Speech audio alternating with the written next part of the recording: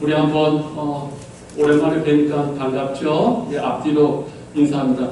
잘 오셨습니다. 사랑합니다. 축복합니다. 잘 오셨습니다. 사랑합니다. 축복합니다. 네. 오늘 말씀은 우리가 너무나 잘 아는 말씀입니다. 교회를 한 번쯤 다녀보셨다든가 교회를 다니지 않은 불신자들도 오늘 예수님께서 사탄에게 시험 받으신 이 이야기는 모르는 사람이 없을 정도입니다.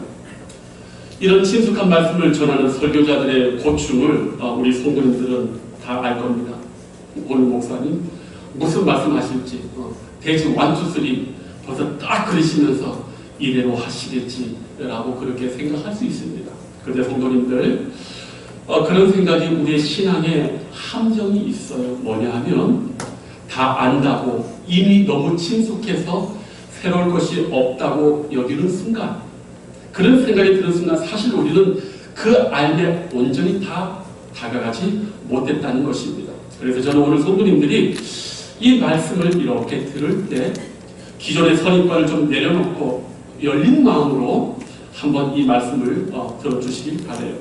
제가 그렇게 말씀드리는 이유는 우리는 지금까지 이 말씀에 대해서 사탄의 3가지 유혹에 대해서 들어왔고, 자주 대표적으로 설교할 때 예수님이 겪으셨던 이 3가지는 인간이 이 세상에서 겪는 대표적인 유혹의 3가지다. 이것을 극복하신 예수님의 그 비결을 우리도 그대로 배우면 이 인생 가운데 사탄의 이 모든 유혹을 이겨낼 수 있다라고 우리가 이렇게 배워왔는데, 이것이 저는 틀리다고 말하는 게 아닙니다. 이런 이해는 많은 도움과 교육을 우리에게 주는 것은 사실입니다. 그런데 오늘 말씀을 자세히 보면 이 말씀의 강조점은 이 3가지 유혹이 있지 않아요. 오늘 사탄의 이 3가지 유혹은 오직 한 가지 문제에만 초점을 맞추고 있어요.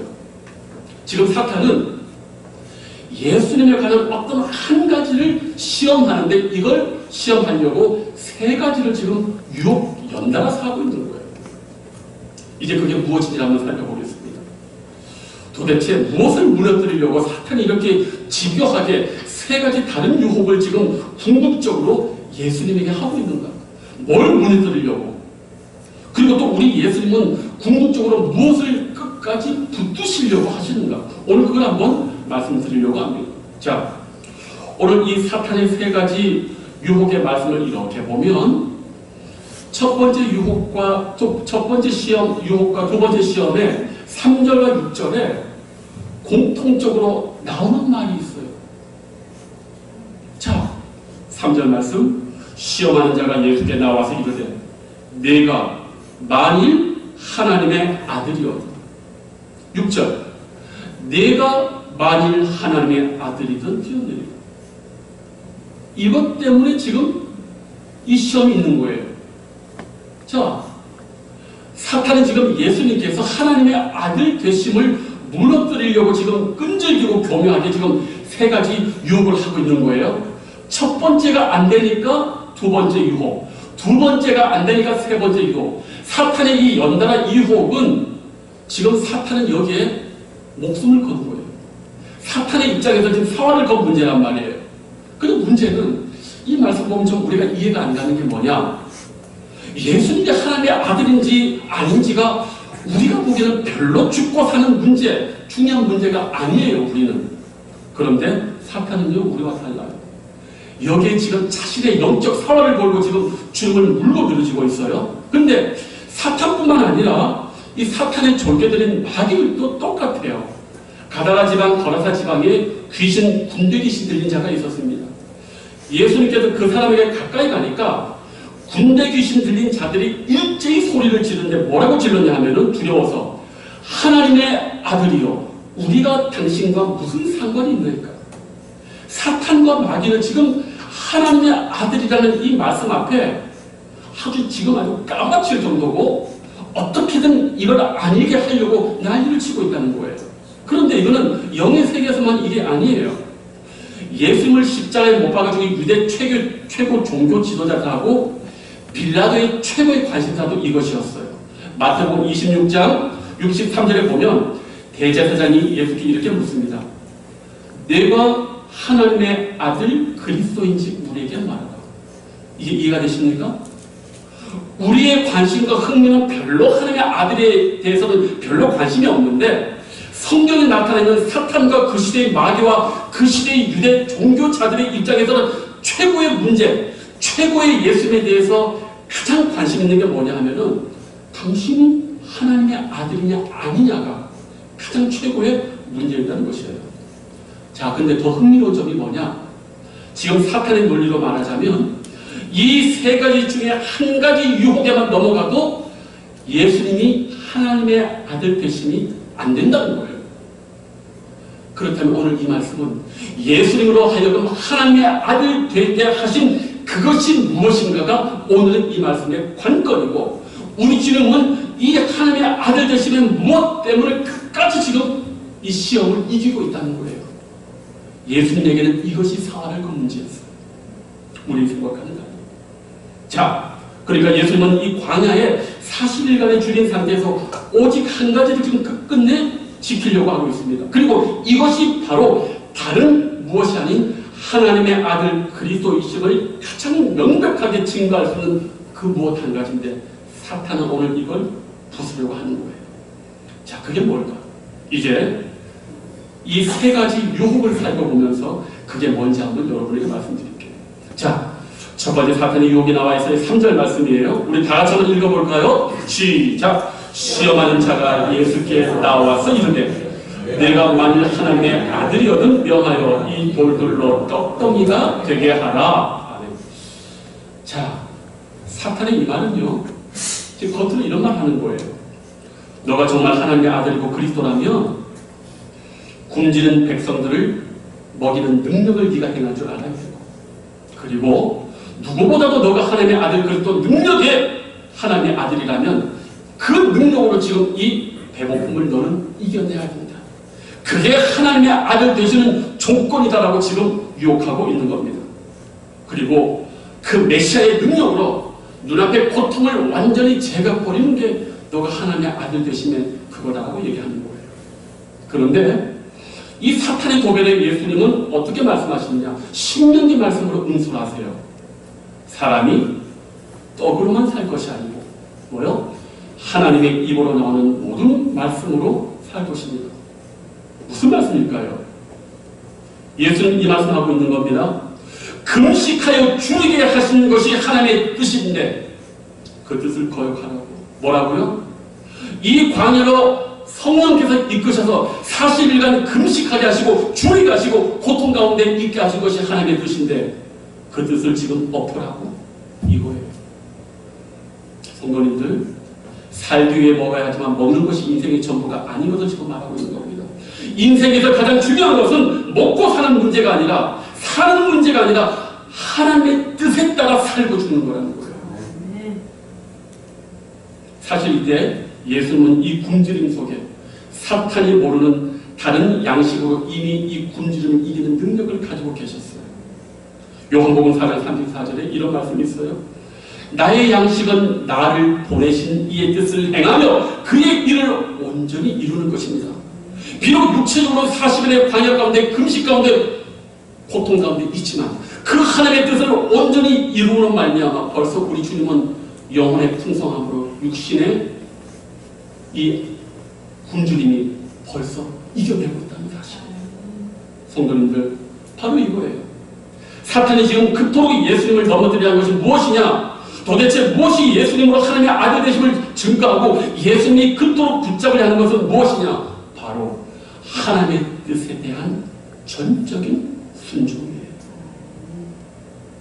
줄이게 하신 하나님의 뜻에 순종하는 것이고 영광과 존귀가 아닌 고난과 죽음의 그 십자가에 대하여 순종하는 것이 하나님의 아들 되심이에요. 능력이 아니에요. 문제를 해결하는 것이 아니에요. 사탄은 여전히 유혹합니다. 하나님의 아들 되면 능력 행하는 거 아니냐? 기적을 행하는 거 아니냐? 굶주린 백성들과 세상이 기대하는 이것을 행복하게 하고 풍요롭게 하는 거 아니냐? 어떤 사람처럼 바보야, 문제는 경제야.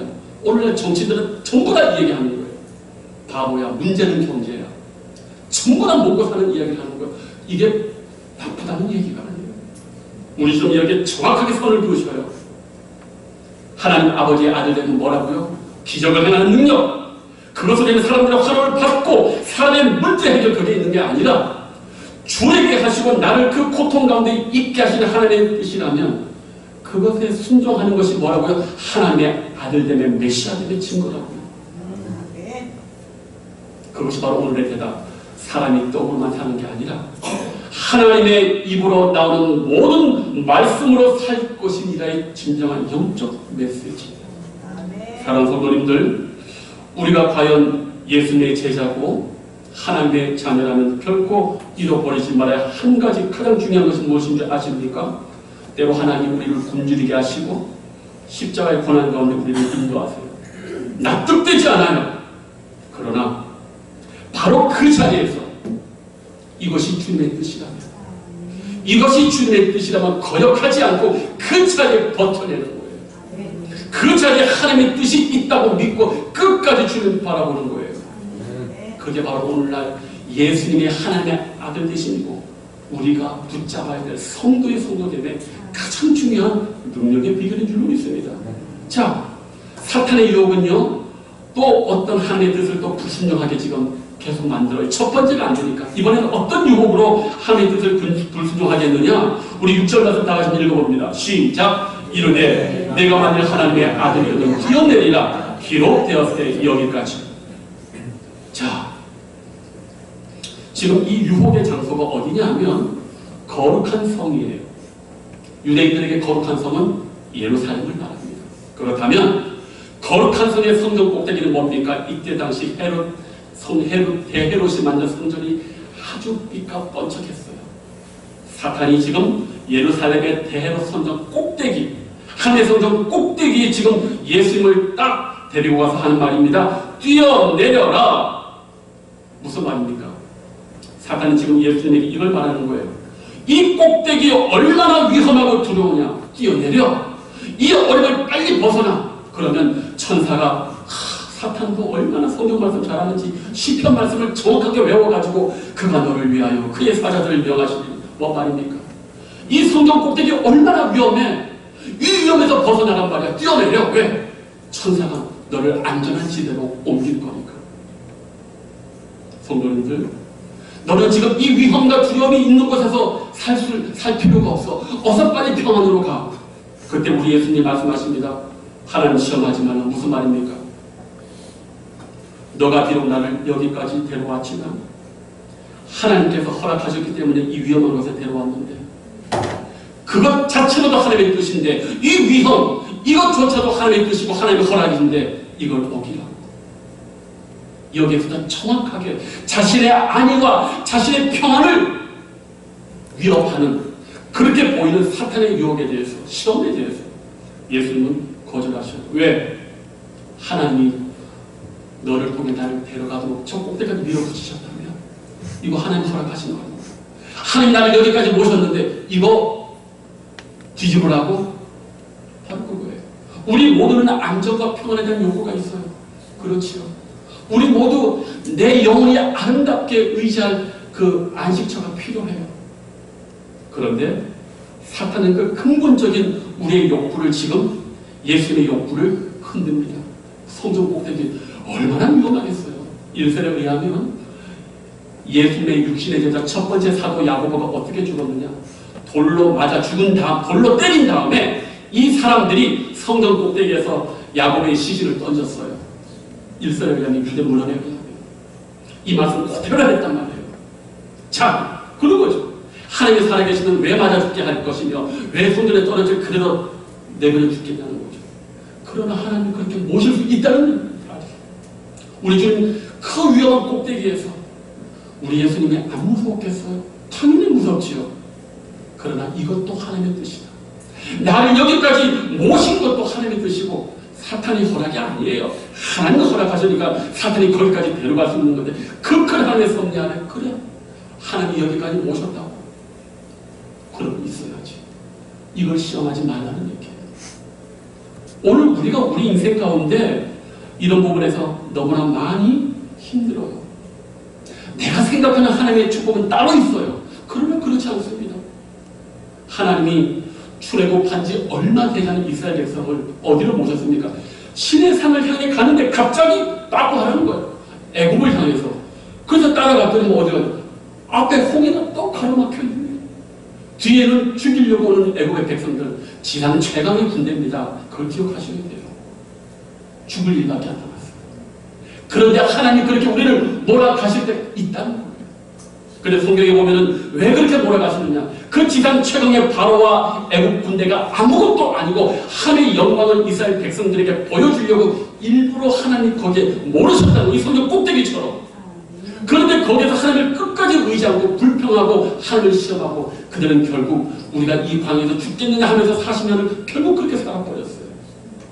사랑하는 성도님들, 오늘 하나님께서 우리를 이런 곳으로 몰아가실 때가 있어요. 그게 하나님의 뜻일 때가 있어요. 제가 예전에 조던 피터슨 교수에 대한 언급을 한 적이 있잖아요. 이분이 이 말씀에 관해서 어떤 사회자와 대담을 했습니다. 그런데 무슨 이야기를 하냐면은 이 말씀을 이렇게 보면서 자신의 아내가 암에 걸렸대요. 한번 생각해 보십시오. 사랑하는 내 남편이 별로 가망이 없으십니까? 사랑하는 내 자녀가 사랑하는 내 남편과 아내가 아니면 감흥이 안 오는 사랑하는 뭔가 생각해 보세요. 암이 걸렸대요. 병원 가보시면요 가장 많이 아픈 게 뭔지 압니까? 어린 아이들이 소아암에 걸린 거예요. 야, 이건 저도 뭐 말을 못하겠어요. 그런데 생각해 보세요. 이 조던 피터슨 교수가 아내가 암에 걸렸대요. 이 사람 늑대 예수 믿는 사람이거든요. 아주 이 강렬한 이어른 교수처럼 냉철한 지성을 가진 사람인데 이 사람이 늦게 하나님을 믿었단 말이에요. 그런데 사랑하는 아내에게 암이 걸렸어요. 이때 이분이 무슨 기도한 줄 아십니까? 우리 같으면 제 아내의 암을 제거해 주세요. 그렇게 기도할 수 있잖아요. 그분도 그렇게 기도하는 거 문제라고 보지 않아요. 근데 자기는 이렇게 기도했답니다. 하나님, 자신의 짐을 감당할 힘을 달라고 기도했답니다. 가족이 용기를 잃고 흐트러지지 않기를, 가족을 정신적으로 파괴하지 않고 죽음을 맞이할 수 있게 되기를 기도했다는 거예요. 그 현실이 주님이 허락하신 것이라고 담담하게 받아들여요. 우리는 절대 이런 기도 안 하잖아요. 저도 자신 없어요. 그러나 정말 우리가 하나님을 믿고 의지한다면 하나님이 나는 내 몸 가운데서 순응하고 그분의 은혜를 간구한다면 우리는 이 기도까지 갈 줄 알아야 됩니다. 우리는 언제나 사단을 말합니다. 이 위험, 이 불편함 빨리 도망쳐. 뭐하러 여기 있어? 언제나 사단은 우리에게 말합니다. 거기에 하나님이 지금 엄청난 축복을 지금 준비하고 예배한 것도 모르고 계속 불평불만. 그게 시험하는 거예요. 하나님. 왜 하나님 나를 여기까지 모셨습니까? 그게 하나님을 시험하는 거예요. 오늘 저와 여러분은 이 자리에 있고 우리 가정을 이루는 거 우연 아니에요. 누구 뜻입니까? 하나님이 인도하시는 거예요. 그걸 불평하는 것이 하나님을 시험하는 건데 우리 예수님 아버지의 뜻에 흔들리지 않으셨어요. 바로 여기에서도 우리 예수님은 하나님의 뜻, 그 뜻을 끝까지 붙드시는 거예요. 그 뜻을 붙들고 순종하는 것이 하나님의 아들들이라는 거예요. 세 번째 유혹이 있어요. 여기 보니까 우리 3절, 우리 8절 한번 읽어볼까요? 시작! 마귀가 또 그를 데리고 지극히 높은 산으로 가서 천하만국과 그 영광을 보여 9절 이르되 만일 내게 엎드려 경배하는 이 모든 것을 내게 주리라. 자, 성도님들, 자, 지금 마귀가 높은 산으로 가서 천하만국과 아름다운 영광을 보여줬다고 했는데 구약에 여기에 아주 비슷한 사람이 하나 있어요. 비스가산 꼭대기에서 자기는 들어가지 못하죠. 하나님께서 아브라함에게 400년에 걸쳐서 예언했던 약속의 땅의 영광을 비스가산 꼭대기에서 본 사람이 있어요. 누굽니까? 모세.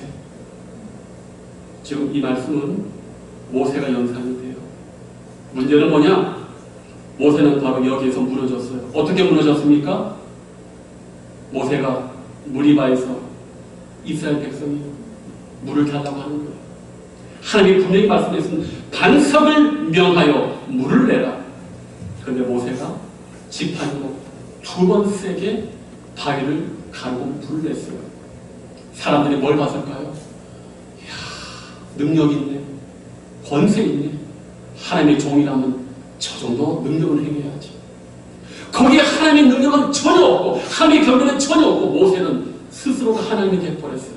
권력을 취하고 그 권력을 그대로 행했고 많은 사람들의 존경과 경배를 그대로 받아서 거기에서 그 한순간 무너지고 그는 약속의 땅에 못 들어갔어요. 이 세 번째 유혹이 의미가 있어요. 첫 번째, 두 번째에서도 예수님을 흔들지 않으니까 마귀가 최후로 쓴 게 뭡니까? 권력이에요. 힘이에요. 제가 자주 말씀드리잖아요. 우리나라 사람들이 제일 좋아하는 철학자가 니체예요. 근데 니체라는 사람의 철학의 가장 큰 핵심 가운데 하나가 뭔지 아십니까? 인간은 무엇을 위해 사느냐? 역사는 무엇을 위해서 움직이느냐? 모두가 힘과 권력을 잡으려고 움직인다고 본 거예요. 우리가 왜 승진하고 싶어요? 돈을 왜 거기서 많이 벌지 아세요? 권력이 있기 때문에 돈을 거기서 많이 받는 거예요. 높은 자리 올라가면 올라갈수록 돈만 있는 것이 아니라 내가 뭐든지 마음대로 할 수 있는 능력과 권세와 영광과 경배를 내가 받을 수 있기 때문에 우리가 모두 그 자리를 그렇게 승진하려고 하는 거 아닙니까? 우린 잘 깨닫지 못해요. 그런데 오늘 사탄은 우리 영혼 가운데 있는 그 아주 은밀한 욕망을 정확하게 캐치합니다. 우리 모두 자석의 쇠가 이끌리시고 우리 모두 무의식적으로 이 힘과 권세와 영광을 우리는 언제든지 추구한단 말이에요. 그런데 우리 예수님께서 뭐라고 합니까? 아니라고 하는 거죠. 아니, 하나님의 아들은 엎드려 경배받는 자리가 아니라 십자가를 지고 하나님의 백성을 위해서 죽는 자리지 경배받는 자리가 아니라는 거예요. 오늘 우리가 예수님을 믿는 성도들로서 영광을 생각한다면 큰 착각하고 있는 거예요. 사탄에게 지금 속고 있는 거예요. 우리는 오늘 정말 이 말씀을 좀 더 진지하게 들여다봐야 됩니다. 우리는 사람들의 존경이 아닌 사람들의 멸시를 받을 수 있는 그 십자가에 함께 동참받은 사람들이에요. 그렇기 때문에 성도님들이 너무 많은 영광의 자리에 있다면 심각하게 여기셔야 돼요. 예수님도 경험하지 못한 이 영광을 내가 과연 받을 만한 자격이 있는가? 이게 과연 축복의 자리인가 아닌가를 심각하게 고민해 보셔야 돼요. 그리고 그 영광의 자리만 빨리 돌이셔서 하나님과 1대1과의 관계를 가지셔야 돼요. 우리 주님께서 5,000명을 먹이시고 12관문이 남기니까 백성들이 요한복음 보니까 왕으로 삼겠다고 택달같이 달려들었어요. 그런데 그때 우리 예수님은 어떻게 하시냐? 그 자리를 완전히 벗어나서 홀로 고독 속에 갔어요. 왜 고갑니까? 하나님과의 만남 속에 내가 아무것도 아닌 걸 아는 거예요. 나는 하나님의 뜻을 행하는 종인 걸 아는 거예요. 그 교만과 그 어떤 뽐뿌질한 게 한꺼번에 사라지게 아니고 일부러 광야로 들어가시는 거예요. 이건 영성에 있어서 기도에 있어서 대단히 중요한 문제예요. 많은 사람들이 바로 이 지점에서 무너져 버립니다. 첫 번째, 두 번째는 이겨낼 수 있고 세 번째는 다 무너져요. 다 무너집니다.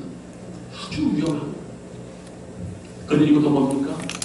권세와 영광에 대한 것에 주님, 하나님 그렇게 하지 말라. 네가 가는 길은 영광과 존귀의 길이 아니라 십자가 길이야. 그거 순종하겠냐? 사탄은 아주 교묘하게 그런 말 안 해요. 하나님의 아들인데, 사람의 아들이면 사람이고 하나님의 아들은 하나님인데 그 권세 충분히 받을 만하지 않냐? 이 경계 충분히 받을 만한 천만의 말씀. 하나님은 예수님을 아시는 거예요. 그게 내 길이 아니야. 오늘날 주님을 담고 교회를 다니시는 많은 분들이 축복을 기대해요. 나쁘지 않아요. 그러나 십자가 없는 부활의 영광은 없습니다. 그거 기억하셔야 돼요. 좀 더 진지하게 말씀을 들여다보셔야 돼요.